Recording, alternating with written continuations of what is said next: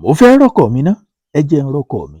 Tí n bá rọ́kọ̀ mi, ní tò lè ronú gbogbo nǹkan tó ṣẹlẹ̀ sí mi.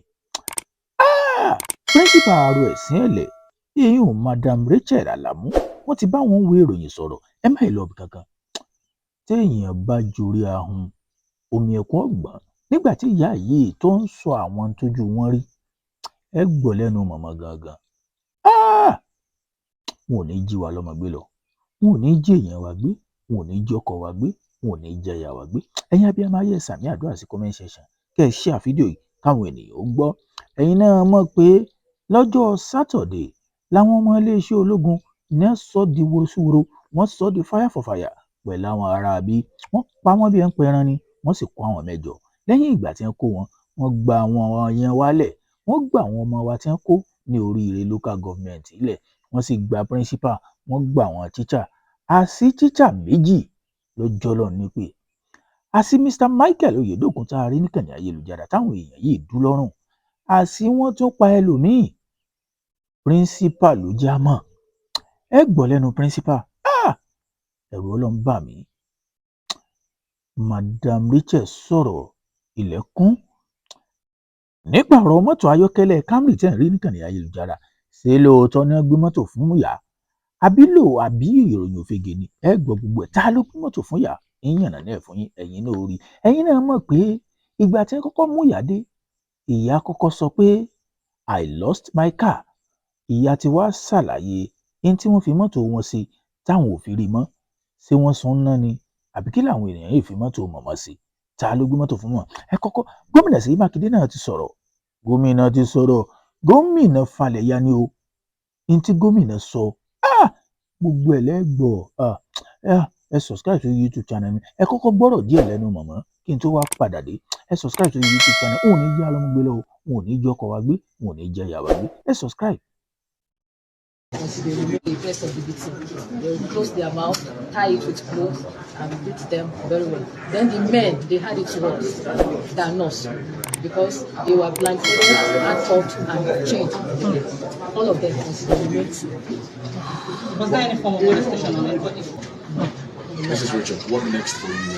What's there for you? I know your husband can also wait to get you. I want to see my husband. When I get home, I can think of everything. Definitely, that will be something that will be good for me. How do you constantly also get the children because they're kids? I mean, how do you go to cope with that? We set them up. When we started the first week, they were bringing biscuit for them, maybe to make them comfortable. But along the line, that stopped. Then we had to move from one point to another. Wọ́n mọ̀ pé ó ṣeé ṣe kẹ́ ẹ mọ́ gbọ́ fínrìnfín títí màmá sọ, ẹ jẹ́ ń ṣàlàyé ẹ̀ fún yín kí n wá tó mú ohun tí gómìnà Ṣèyí Mákindé sọ lórí ọ̀rọ̀ yìí. Gómìnà tó àṣírí ó sì sọ̀rọ̀. Màmá nígbà tí wọ́n kó àwọn, ẹ̀yin náà mọ̀ pé secondary school ni màmá wà. Wọ́n kó àwọn màmá, wọ́n ti kó àwọn ọmọ primary náà. Mọ́tò màmá ni wọ́n fi kó àwọn teacher secondary, ní wọ́n fi lọ kó àwọn tí wọ́n kó ní primary. Ìgbà tí wọ́n kó wọn dé ibi tí wọ́n ti kó àwọn ọmọ primary, wọ́n wá tún fi mọ́tò màmá, wọ́n kó wọn débì kan. Àwọn kan wá pàdé wọn tí wọ́n gbé alùpùpù ẹ̀yìn ọ̀kadà bàjáàjì lọ́wọ́. Ibi tí wọ́n ti gbé alùpùpù ọ̀kadà bàjáàjì dé, ọ̀kadà bíi 10 ní màmá ni wọ́n gbé dé. Bí wọ́n ṣe gbé ọ̀kadà dé, wọ́n gbé mọ́tò màmá lẹ̀. Wọ́n wá fi ọ̀kadà, wọ́n fi kó àwọn èèyàn yìí sínú ọ̀kadà. Màmá ní àwọn rìn tó bíi wákàtí 4 lórí mọ́sìnì pẹ̀lú àwọn ọmọ kéékèèké. Ìgbà tí wọ́n kó wọn dénú igbó, ó láwọn tó jáwọn ọkùnrin ibẹ̀, wọ́n kọ́kọ́ dì wọ́n lójú. Wọn ò rí nǹkan kan. Kì í ṣe pé wọ́n dì wọ́n lójú lásán, wọ́n so wọ́n chain lẹ́sẹ̀ tó jẹ́ pé wọn ò lè lọ ibì kankan. Ẹ̀yin náà ti mọ̀ pé àwọn ọkùnrin ní wọ́n lè jà fitafita bóyá láti lè bá wọn jà tàbí nǹkan kan. Wọ́n so chain wọn lẹ́sẹ̀, wọ́n dì wọ́n lójú. Àwọn ọmọ léńjẹ tí wọ́n kó ń kọ́, ó ní màmá ní lọ́sẹ̀ kìíní wọ́n há bisikíìtì fún wọn láti lè jẹ́ pé kí inú wọn máa dùn, kí wọ́n wò pé bóyá ọ̀dọ̀ àwọn táwọn dé àwọn èèyàn rẹ̀ ni. Wọ́n mọ̀ pé àwọn èèyàn bí ni ó. Ó ní gbọ́ yá, màmá ní wọn ò kó bisikíìtì wá mọ́. Ó di káwọn èèyàn yìí ọmọ sunkún, àwọn ọmọ kéékèèké. Ó ní táwọn èèyàn yìí bá ti ń sunkún, èyí wàlíyá, èyí ó ṣàdàkọ bí àwọn 3 tó jẹ́ pé ẹkún wọn máa ń pọ̀. Àwọn èèyàn yìí wá fi aṣọ, wọ́n dì wọ́n lẹ́nu, wọ́n wá máa nà wọ́n. Ọmọ òpóǹló, ọmọ tí ò tí ì lẹ́jẹ̀ tí ò tí ì lẹ́sẹ̀ lọ́rùn àwọn ọmọ kéékèèké wọ́n mọ̀ nà wọ́n nínà gidi ni ó. Àwọn tó wá báṣẹ̀lẹ̀ lọ ńkọ́ ó ní lọ́jọ́ kejì mọ̀mí ní lọ́jọ́ kejì táwọn débẹ̀ ni wọ́n kọ́kọ́ fi Mr. Michael ní wọ́n fi pàrokò sílé látàrí pé kíjọba ó lè bá a gbọ́ ohun táwọn fẹ́ sọ káwọn aráàlú náà ó dẹ̀ mọ̀ pé we no dey play àbáyín ṣeré. Wọ́n du Mr. Michael lọ́rùn. Ilé ni wọ́n fi síkànnì ayélujára. Ìgbà tí wọ́n rí pé àwọn ìjọba ò mọ̀ tún tètè ṣe ohun tí ó yẹ kí wọ́n ṣe, kí ni wọ́n tún ṣe ni pé wọ́n tún mú Mr. Dickin eléyìí tó jẹ́ kan nínú àwọn tíṣà ní 4 Sunday of June. Ẹ̀yin náà mọ̀ pé May 15 ni wọ́n kó wọn lọ. Ìgbà tó di 4 Sunday of June wọ́n mọ̀ tó pa Mr. Dickin. Ṣùgbọ́n wọn ò fi yẹn síkànnì ayélujára àwọn tíṣà méjì tí wọ́n bá ṣẹlẹ̀ náà lọ́nu. Ọlágbára o. Ìgbà tí wọ́n ń bi mọ̀mọ́ pé ẹ ń sọ̀rọ̀ nípa mọ́tò yín, bó ni mọ́tò yín ṣe rè? Mọ̀bá ní mọ́tò àwọn ni wọ́n fi kó àwọn tí wọ́n kó ní secondary school lọ bá àwọn tí wọ́n kó ní primary school kí wọ́n tó kó àwọn wọnú igbó lọ. Ó lóun wá rí fọ́nrán kan tí wọ́n ti fi mọ́tò òun tí wọ́n ti finá sí.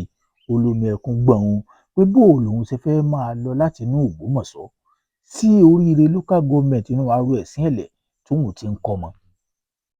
Wọ́n ní mọ̀mọ́ kí lẹ lè rò? Mọ̀mọ́ ní ẹ jẹ́ ń rọ́kọ̀ mi ná.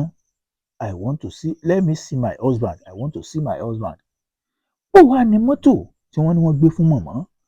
Ìròyìn tí ń lọ níkànnì ayélujára ẹ̀yin náà mọ̀ pé ìkan lára àwọn tó fẹ́ díje dùgbé gómìnà nípìnlẹ̀ Ọ̀yọ́ ní Sàráfà Àlí wà lábẹ́ àsíá APC ní Sàráfà Àlí.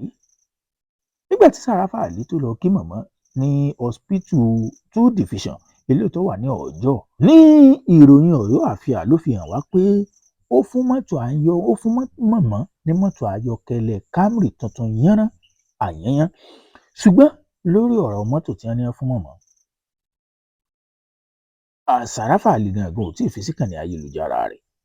Ṣùgbọ́n tó dájú ni pé mọ̀mọ́ ó ra àánú gbà, mọ̀mọ́ ó rí mọ́tò gbà, ní tó dájú nù. Kódà bẹ́ẹ̀ nìkan kò fún mọ̀mọ́ mọ́tò, gómìnà Ṣèyí Mákindé ó fún mọ̀mọ́ mọ́tò torí pé kò sí bí mọ̀mọ́ ṣe fẹ́ máa lọ láti inú Ògbómọ̀ṣọ́ lọ sí Oríire tó bá jíjẹ pé wọ́n sì fẹ́ máa ṣe tíṣà. Torí pé mọ̀mọ́ láwọn ti sáàfù fún 28 years ó kọdún 4 tí wọ́n fi rìtáyà.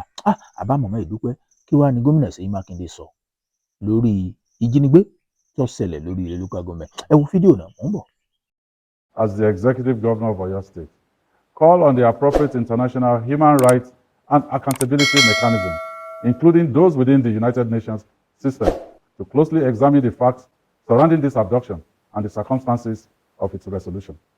Gómìnà Ṣèyí Mákindé ti pe àjọ United Nations, àwọn àjọ ńláńlá lókè òkun tí máa ń rí sí ètò ààbò bí ṣe ń lọ ní orílẹ̀-èdè kọ̀ọ̀kan. Bàbá ní ẹ máa bọ̀ ó ti ṣẹlẹ̀, mò ń pè yín gẹ́gẹ́ bí gómìnà ìpínlẹ̀ Ọ̀yọ́. Ẹ wá bá ń ṣe investigation lórí ohun tó ṣẹlẹ̀ nílùú Ọ̀yọ́. Torí pé gómìnà Ṣèyí Mákindé sọ nǹkan kan, ó ní pé bíi wákàtí bíi 7 àbí 8 tóun sọ pé òun fẹ́ ṣààrẹ orílẹ̀-èdè Nàìjíríà ni wọ́n lọ jí àwọn ọmọ kó ní Oríire local government tí jẹ́ ìkan lára àwọn ibi tóun ń ṣe gómìnà lé lórí. Bàbá ń wò pé ejò lọ́wọ́ nú